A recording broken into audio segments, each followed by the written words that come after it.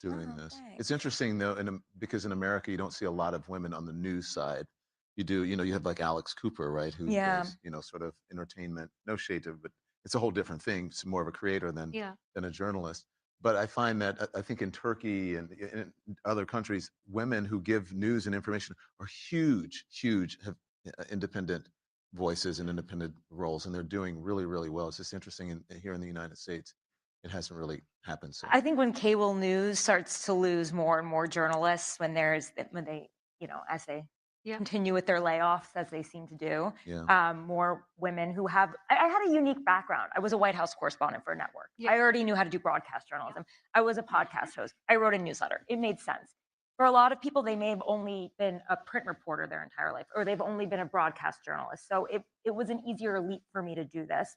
And I just think that you just have to take the leap. And I think it's cool to see women doing it all the time. Who knows, maybe we'll create a lady collective or something. I'm only smiling because I can pick up a trend here. Cable news is on the wane. Stop watching TV. Listen to me at 5. It's kind of, there's a mood here. Let's talk about the challenges. David, maybe start with you and pick up on something that Tara said. It's a treadmill in many ways, isn't it? It's monetization. It's how do I put out more content? How do I get more engagement? How do you manage all of that when you're kind of a one-man, one-woman machine? Yeah, I mean, there's a couple of options. One is you really do everything yourself, and you kind of have to enjoy the business side of it. The other is you start to take on a structure that is a little more corporate, and you start delegating in that way, or some combination of the two. I enjoy the business side of it, but I also can't do it myself anymore. So I have a team. There are a lot of people that don't. I think one of the challenges is, as it becomes clear that the independent news space can be lucrative and it can be interesting and you can build a large audience, legacy and corporate media is going to want to come into it. And to a degree they already have. You look at some of the largest YouTube news channels, they are legacy companies that have just dumped huge money to rapidly scale YouTube channels.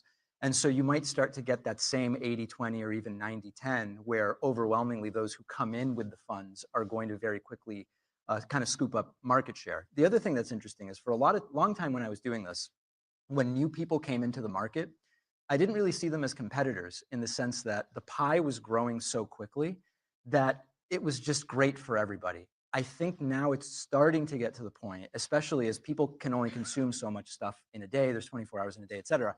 It's less clear to me now. Like, I do think the spaces are starting to get a little bit more crowded, where there's more of a shift between creators rather than like we're just growing the pie at the same time that everybody's getting their slice. So I don't know where that goes in the next 5 to 8 years. Don, yeah, I don't know either. I don't look at people as competitors either. It's interesting because I would look at the folks on other networks when I was in traditional media as competitors, but we support each other. Tara's on my channel all the time. If she invites me to do something, I'll do it. I can call people. I use my own Rolodex as instead of a booker, right? And I get people to come on who have their own independent channels, and we support each other. Sorry, is it because you don't have the framework or structure or support that a traditional or legacy news organization could give you, that it's scrappy, of course, but you need to sort of hold each other close? Yeah, and in terms of what you said about creating the channel, creating channels and legacy media, I don't think that they really had gotten that. I shouldn't probably give away the secret that they don't need to use so many resources to do what they do. Because I put on coverage. Jim Acosta, Joy Reid, and I did coverage of 2 different things: a huge protest, and I forget what the other event was. And we did it with my small team, which is a team of 4 people doing it. Tara was part of it. And we didn't have to have 30 producers and a writer and a control room and all of those things. And it was network quality coverage that people tuned into, and it was actually more interesting because we didn't have it wasn't seen through a corporate filter. We went pushing through a corporate filter and saying, can I say this? Is a boss going to be mad if I happen to insult Donald Trump even inadvertently? Is he going to call the company and say, get rid of that guy on the anchor desk? We don't have those challenges. Yeah, sure. One is the financial burnout and the other is the creative burnout. Ben, do you want to jump in on that? I mean, WTF shut down. Yeah, I mean, so I believe I have not missed a day of work that was not a company holiday in 4 years, including vacations with my family, right? Because if you're not on the air, then it's not like there's a substitute host on my show, for example. And so, yeah, it can burn you out. Plus, I mean, this news cycle has been increasingly frenetic for over a decade. And I keep looking around going, when is somebody going to take a breath? And nobody is taking a breath. And it just gets more psychotic every single moment. And so at a certain point, it went from being, fun to kind of a drag. And sometimes it goes back to being fun. But the reality is that like anything else, on a daily basis, it sort of depends on what you're covering, whether it's interesting. The news cycle is so fast now that a cycle that would have taken 2 weeks now takes 2 days. And by day 3, you're kind of bored with the topic already and you got to move on to the next thing. And so is the audience. And so that's very difficult. In terms of the business, I will say I'm in a bit of a different position because we actually scaled like a very large scale company. What that meant was bringing on other creators, some for good, some for ill. And I You think want to talk about that? Not particularly. But Hashtag no regrets. but yeah, regrets we have a few. But I think that because as all of us kind of mature in our spaces, we're going to have to face a lot of the same questions the legacy media outlets face about, who you want on your air. What are the editorial standards? What are the things you have to do? And those are challenges that, thank God we have those challenges because we grew so large, but they are challenges for sure. Yeah. I realize we're almost at time and there's so many questions. I apologize we haven't had time because the conversation was so great, but I encourage you to find news creators and speak to them. But let me close with sort of a 2-sentence from each of you, and this is a bit of a challenge. One, how do you respond to the observation that news creators are essentially remixers? And the second, if you had kind of a top tip, aside from don't blow up so many resources, what would it be for traditional news media organizations? Do you want to Oh boy, kick it starting off? with me. Well, I think, so on the, tell me the first one again. I want to go. First one is, are news creators essentially news remixers? Oh yeah, yes, they are. Yes, absolutely. But I see that as a feature rather than a bug, and I think the audience appreciates that there is still this kind of underbelly of close to straight news reporting, and we're layering opinion, hopefully in an authentic and genuine way. And I think that's actually the appeal and sort of like the parasocial relationship. And does a person's personality resonate with the audience? I think that that's a feature rather than a bug. And tell me the second part. Top tip. Top tip. Okay. The top tip is just start creating the content right away. There's so many conversations I have with people who want to start, and they're asking me about publicists, and they're asking me about microphones and lighting and who can print their merch. And all of this stuff is completely irrelevant. The number one thing is get the content onto the platforms as quickly as possible, start getting feedback, iterate based on that. That's really the big thing you have to do. Super. I'll say what he said. I do think that certain creators are remixers. And I see a difference between a creator and a journalist. And as long as you say what you are, then I'm okay with it. But there are some journalists who aren't doing journalism. And there are some creators who are actually doing a good job at journalism. So I don't think that there's one or the other. I just think that both can coexist and that we have to adapt to the new environment. What I would say is perfection is boring.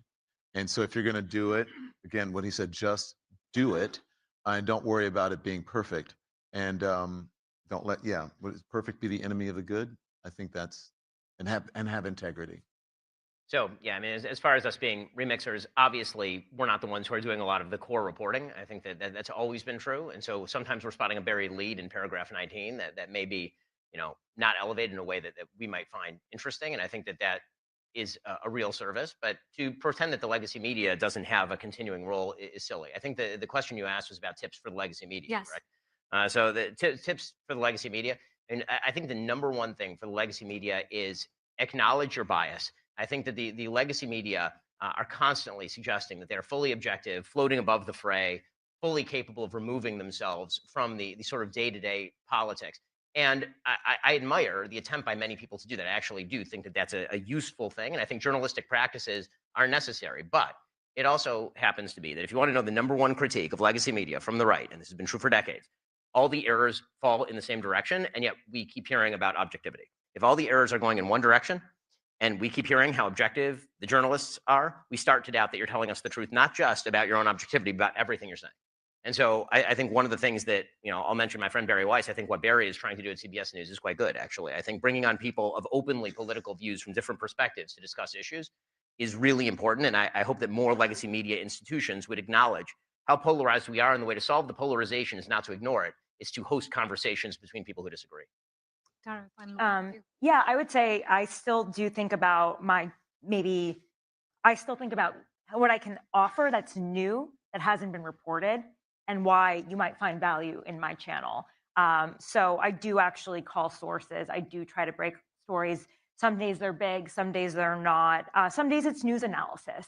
Some days I'm just calling sources on the Hill and trying to make sense of the last election. And you know, I'll write something on Substack and I'll host a show. Obviously the Epstein story has been really big, but I also was covering that really closely when a lot of people weren't for the past 6 years. So I've been able to offer new reporting, new analysis, and exclusives. But yeah, I believe the legacy media has a huge value. I do use their reporting as support for my reporting, and often it leads to future reporting. And in some ways, yeah, we're remixers. But like you said, people want to feel like there is, they like you. They like your personality. They like the way you call shots. I think we need more referees, honestly, and we need to have people on tribes online. And I try to be a referee. That's how I see myself in this game.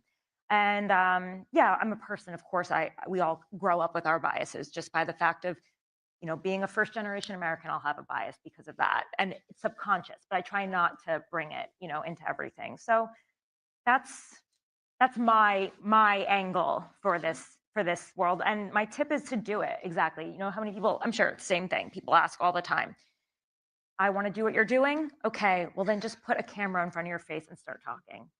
That's the first step. I didn't hear the question. You said what was legacy advice to legacy media. Oh, well, my advice, I agree. Don't fire an online. I agree somewhat. Well, that's true. Thank you very much. We agree on a lot. And I do agree somewhat of what you said. So this is a conversation that we used to have when he would come on my show. But I don't think that journalists are as biased maybe as you think. I have a different opinion of what's happening at CBS. But my thing would be for the corporation to get out of the newsroom. Because the problem is not with the journalists, it's with the gatekeepers. And if the corporation becomes the gatekeeper, then there's going to be constant influence from the people that we're supposed to be holding accountable, like the people in Washington, D.C., the people who own things, the wealthy people, the oligarchs, the billionaires. Those are the people that we're supposed to be holding accountable. And if they are filtering, if we are getting information that's filtered through them, and we must do that, or legacy media, then the game is over. And also just the deal making for you know, just to get the interview, the scoop, it's just so political inside of the newsroom. And that's the great thing about what we're creating. We create our own newsrooms. And lose the desk. Completely at time. Big round of applause, please, for our news creators today. Thank you all very much. All right.